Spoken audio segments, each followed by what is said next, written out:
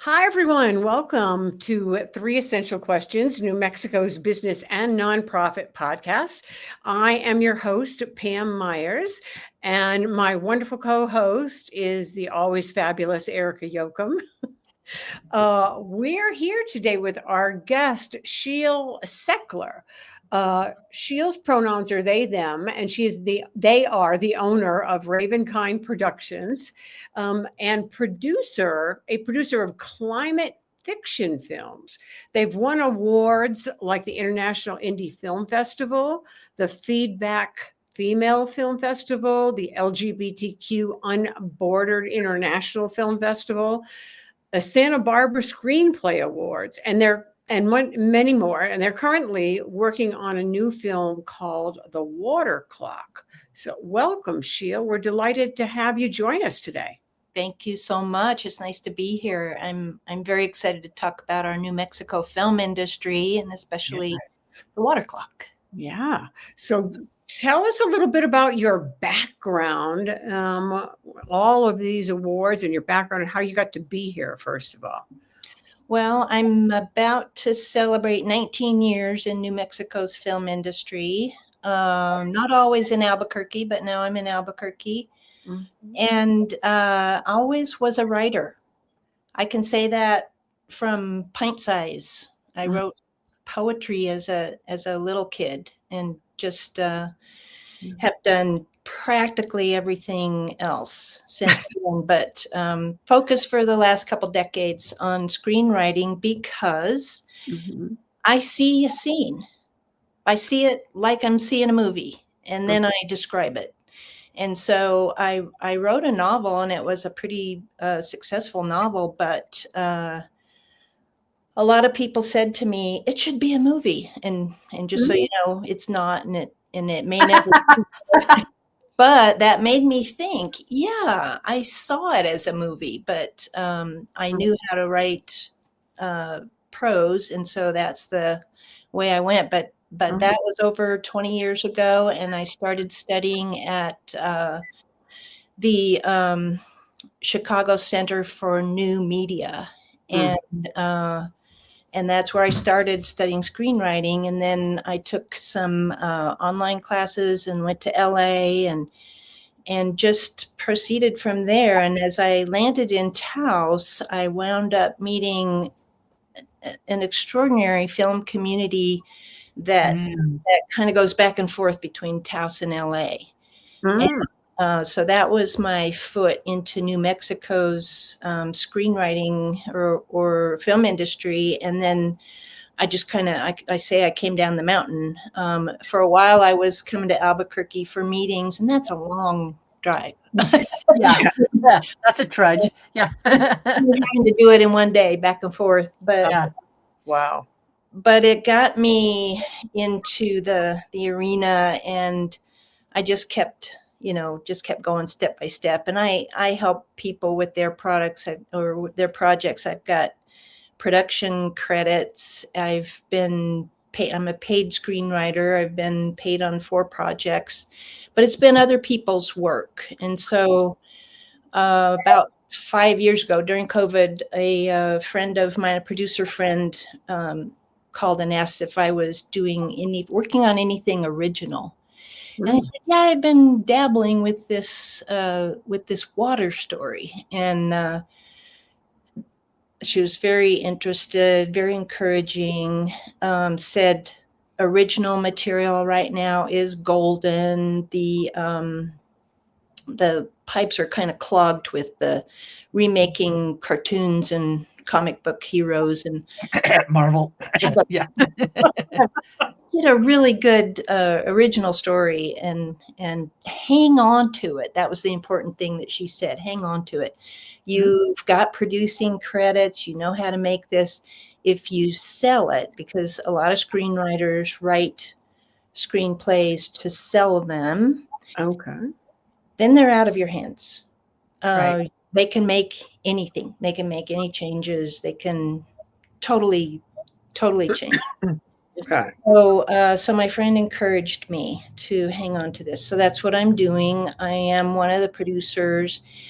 This will be a rare New Mexico homegrown film. I know everybody sees New Mexico films. We're very proud of our filmmaking community here, but very few people know that a lot of those films come here with their own cast and crew, especially what we call above the line. They've already got writers, they've already got producers, and a lot of times they've got most of their actors. They use New Mexico for our talented crews.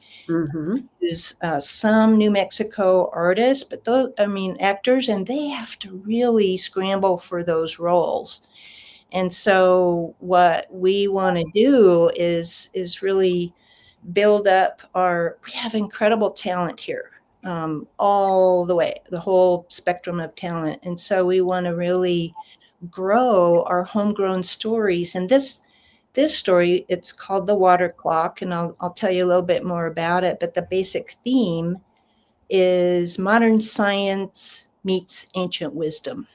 And in New Mexico, we have 2 of the 5 national science laboratories, and we have 23 Native American tribes. So this is the place to tell a story of modern science meets ancient wisdom. Right. That's the whole gist of the story. I'll read you the log line. This is one of the hardest things we screenwriters have to do. This is an hour-and-a-half film, and I'm supposed to boil it down to a couple sentences. And oh wow, it's a pretty new. I'm always rewriting the log line because it's hard to do. So I'm going to read it to you. Okay. As the planet spirals into ecological collapse, a reclusive visionary raised on indigenous wisdom and a skeptical scientist must decode the secrets of an ancient water clock, a vessel that doesn't just measure time, it remembers. When the relic is misused, time fractures, buried truths rise, and the oldest water on the planet surges into action. Wow. Wow. So we use water as a character. Right. It's very much a story about water. We've heard over and over, water is life, right? Right. I took it a step further. Water is alive.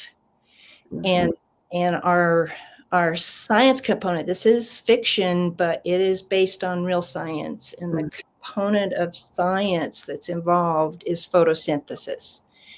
And we know that plants use water to photosynthesize, to transfer energy, but water molecules contain algae, living matter. And so the water itself is photosynthesizing. And this could be a huge breakthrough for water. So that's our goal, is not to make this happen. It's just to start the conversation. If water is photosynthesizing, it's creating energy.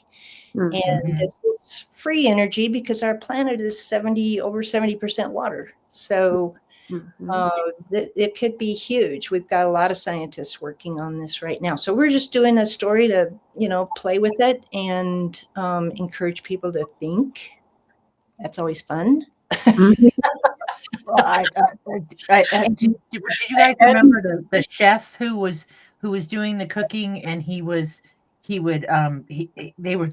they got into this water being alive, and like, if they were angry over the water and said angry words, and then they looked at the molecules, they were like fractious and pointy and jagged. And if they were loving and over the water and peaceful, and then looked at those, they were rounded and calm and rainbow. And it's really quite amazing that that's water is alive. I mean, it's pretty trippy stuff. So you're talking about one of my favorite films. Do you remember the film like Water for Chocolate? Yes, I love that film. Was all about cooking, and boy, she had that down. That while she cooked with so much love, it was just infused into everything she cooked. Right. That's kind of what we do here at home. It's like, you can't really cook when you're angry, because then your food you know, That's right. so we have that like that mentality in our house here because that you know the thought of 70% of our planet out there photosynthesizing its little heart out is that's a pretty wild premise. It sure is. Right. That's challenge too to a lot of thinking. Yes. Yeah. Yes. Well, we're talking about a paradigm shift. Yes. We all know that what's needed in our world is a paradigm shift. And this is a great big boat to turn around, right? But the paradigm shift simply sounds like we want to go from being owners to stewards. I was just going to say stewards. Yeah. It seems simple, but man, are we hypnotized into thinking we're owners. And, you know, it's that hierarchical thinking, that power structure. And boy, is it evident in like how many times a day are we hearing it's not working? Right. It's badly broken. So Yeah. a paradigm shift is due. I think Yeah. it's happening. I'm not the only film that's talking paradigm shift, and there are many, many organizations that are working on behalf of being stewards for our planet. But our hero he's a reluctant hero, but he is a sustainable farmer and kind of a recluse. He's living out on the outskirts of you know, probably Taos area, northern New Mexico, and should I tell you a little bit more about the story? Yeah, Yeah. please. Please do. So Oranday lives off grid, cultivating a sustainable farm, guarding this artifact that's been passed down through family and spirit. It's an ancient carved stone bowl called a water clock, and it's said to pulse with the memory of the earth itself. The relic has awakened, and it's been triggered by rising climate instability and Oranday's recurring visions of drowning. So being the reluctant hero, he's seeking validation.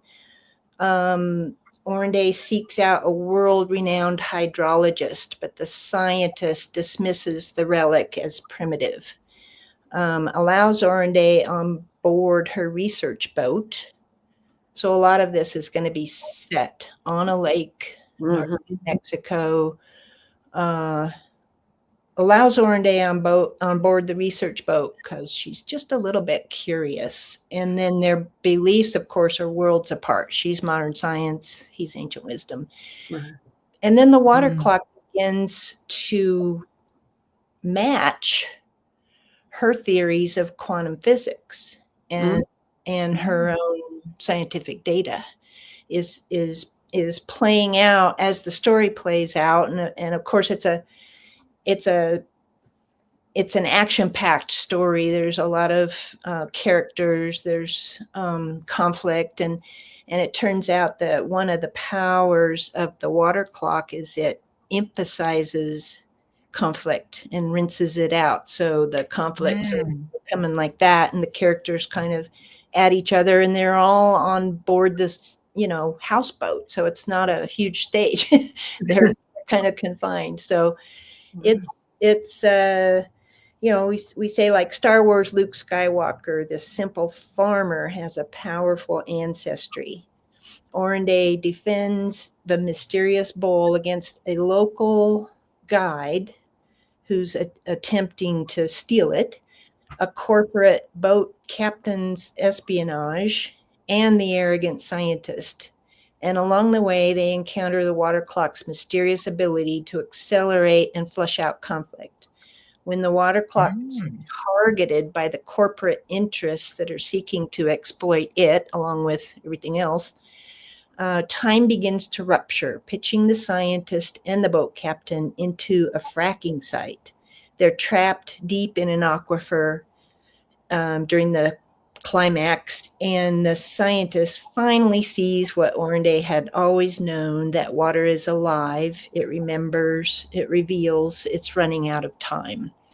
And the one who's left, to rescue these trapped folks is Oronde, who has to just shed all the fears, shed all the doubt, step up into the role of the water clock carrier and get it done. So, wow, it sounds great. Yeah. What's your biggest obstacle now at this point in time? Because you have it written out as a screenplay. You have this whole vision right in here already, what you want it to be. So now what's next? What do you need to do? I'll tell you what's next, but I don't really want to think of it as an obstacle. It's just another step, because it's, in the whole scheme of things, it's just money. Yeah, I was going to say. So I saw an Indiegogo go by for you guys. Well, we did a crowdfund, and that served as our development money and got us this far. I mean, it's been a few years in the making thus far, and a couple of our in-kind sponsors were the Albuquerque Film and Media Incubator has been super supportive, and they helped us make a very professional, beautiful pitch deck. A pitch deck is a PDF. It's about 10 pages long. I'll show you the cover page. It's really pretty. Oh, beautiful. We put all our laurels on there. That's all. But it's they helped us do, it's like a business plan in a very pretty presentation, and that's what we'll use now to go out. We'll send that to both talent and investors to get them interested in the project and come on board. And we are in good place right now to go out for that. We've got a lot of momentum going with the articles, with this podcast. Thank you very much. And with the awards, I get to go to Vienna in December, and tell you that's a complete surprise. I mean, it's lovely to be nominated. The script is nominated as Best Feature Screenplay for the International Indie Film Awards. Wow, good job. Yeah, that's a Paris-based organization, and when I use Film Freeway to enter these things, and I'm just browsing, looking at what competitions are coming up that sound like it's a good fit. Screenwriters don't expect to be invited to a black tie gala where they're announcing the winner, so and then it's in Vienna. Oh, damn. You have to go to Vienna. I mean, really? Jeez. I don't want to be on the phone for that one. No. Vienna. So that'll be really fun, and it's also gathering a lot of interest. It gets people's attention, and that's really sweet. But the important thing is it's getting recognized, because this is a story that resonates. Everybody cares about water. Everybody's getting it. If we don't have a drought, we have too much, so it's obviously out of balance. What do we do to get back in balance? And so, stories are our human way of working out problems and solutions. And so, this isn't, I don't think this one film is going to solve everything, but it's part of the shift, and the shift is coming. So that's where we are. Just stay the course, and it is step by step. It takes a long time. It takes tenacity, but I feel like I have a team. One of the other extraordinary things, I mean, I've talked a lot about the talent in New Mexico, but another in-kind donation to our Kickstarter was Elizabeth Garland from Garland Studios is a film composer, and she wrote original music for our little Kickstarter video that was just an introduction, So, I mean, that was above and beyond. Nobody does that. So, did it, and she really wants to be, part of this project. We really want her to be part of this project. We want to include as many New Mexicans as possible and just show off what we got. So, Right. yeah. Wow. Wow. Yeah. And I often believe that. Yeah. Storytelling is Oh. the stories we tell are us figuring things out as we go. Like as if it's like thinking aloud, right? You think it through. Hopefully you can come to some kind of conclusion. It's interesting. Yeah. So I guess it is. Yeah, it is a fiction. I'm just, so my brain, No, I appreciate you saying that, because that's the struggle. So I've been involved in documentaries. I've helped make 3 documentaries for PBS. I love documentaries, and there are a lot of great documentaries about water and nature and the shift that we need to be making. But what's different about climate fiction and how it's actually been studied and proven to make a difference is that it gets people to take action because of that storytelling thing in us. It's gripping. You come out, what I hope is people come out of a theater or off their couch or whatever, however they watch it. I want to do something about this. This really affected me. That's our dream. And the reason climate fiction is affecting people that way is because it can do something a documentary can't, and that is show the future, show an intended result. And that's the fiction part, and that's the storytelling part, and it's the gripping part. Right. So it's been studied that it gets people to take action. And so we are already planning an impact program for, maybe at the end of the film, we just show a website, go here to take action, but we'll list all the organizations that want to come on board to be part of this movement. We've already named it Join the Cry, because that's a little line of dialogue in the film that's hashtag Join the Cry. So it is. It's just like, it's going to take, I don't want to say all of us, but it's going to take a lot of us to turn the tide. Just go with the water metaphors. Right. Wow. And people are to go back to what you were saying, people are so affected when they see films because it's emotional. It pulls on the emotional strings. And I think people are more inclined to be involved and to take action when they feel pulled emotionally. Right? Absolutely. Yeah. And to identify with the characters. Right. Yeah. We've got it's going to be a very cinematic film, and I say that very proudly because it's how I think, but it's also we're going to be able to do this. And one of the really beautiful scenes is this trapped underground in an aquifer, but being that water is alive and has been photosynthesizing, the water is what's called bioluminescent.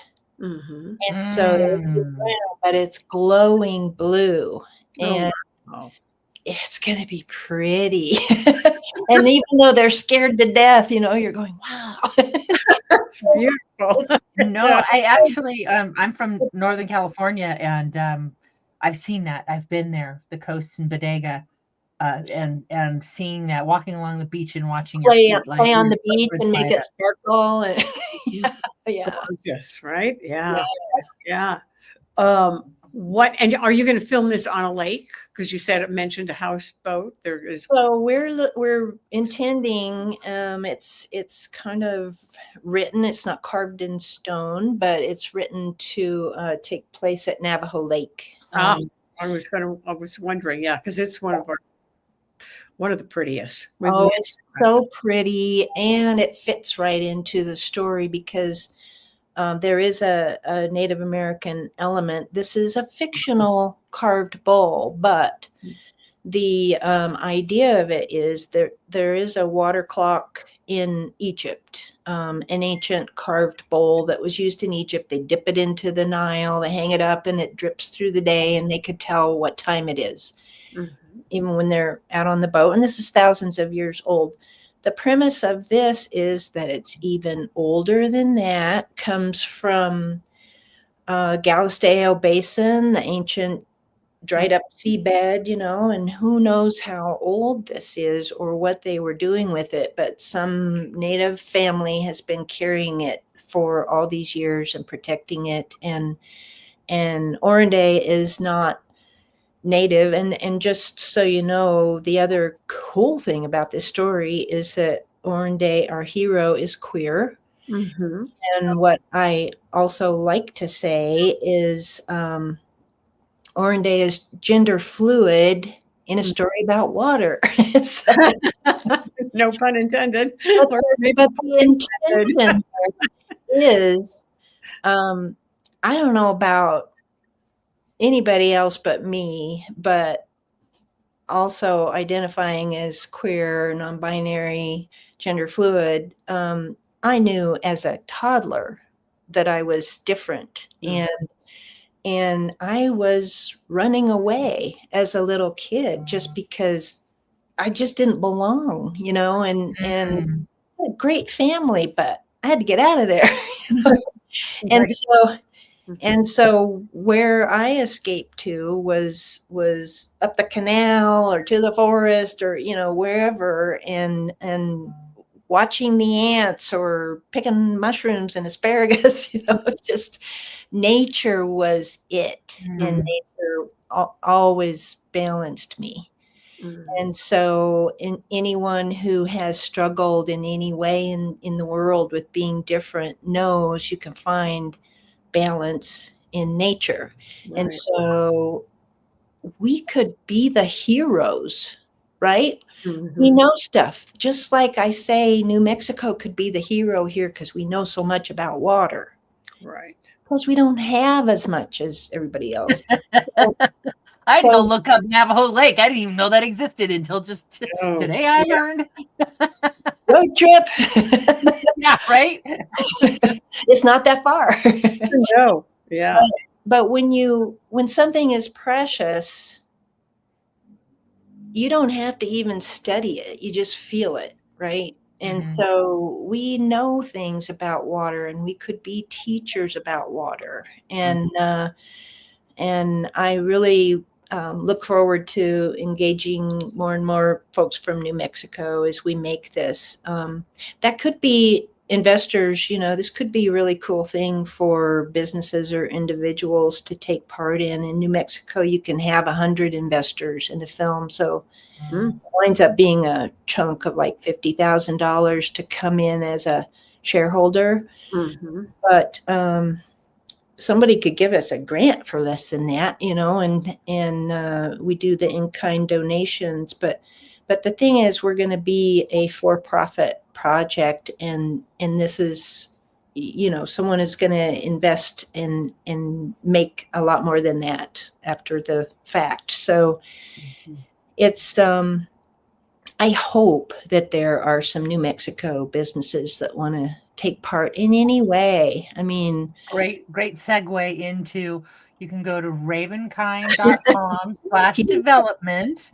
It'll tell you all about the film, and there's a place where you can donate right there. So and contact me if you got questions. You can fill out the form, or just SS, which is pretty easy. My initials, ss@ravenkind.com. So yeah, we're excited about seeing how this takes shape. But it is definitely rolling along at a pretty good speed right now. So we're excited. Nice. Oh, wow. Yes. And how it must be so exciting, because this is your first undertaking all by well, not necessarily all by yourself, right? But of your own. that you've created, that you wrote the screenplay for, and now you're going to produce it. So it's a very exciting undertaking. Yeah. The thing that I love about the film industry is how collaborative it is, and so the network here is wonderful. I know, screenwriters, filmmakers, actors, crew, background people, hairdressers, everything. It's just very Mollywood. exciting community. Yes, to Mollywood. Well, we hope this podcast helps drive some investors your direction, Sheil. Thanks. Yeah. Thank you for being a guest and telling Pleasure. us all about it. I can't wait to see it when it comes out. Thanks. Yes, good luck with everything. I'll be sure to invite you to a screening. Oh, Yeah. please, that would be lovely. Well, it's not Vienna, but we'll take it. And we should have you Awesome. back again when it's getting ready to be launched. Then Oh, Or when great. you Yeah. won your Oscar. What are the two? Sure. No, let's do the launch thing. That'd be fun. Yeah. That'd be really yeah, fun. that Yeah. would be great. All right. Awesome. Get Thank posted. We will. Yeah. Thank you so much for coming and talking to us today. We really appreciate your taking the time. Appreciate you too. Thanks everybody for listening. Please keep supporting these podcasts. Thanks.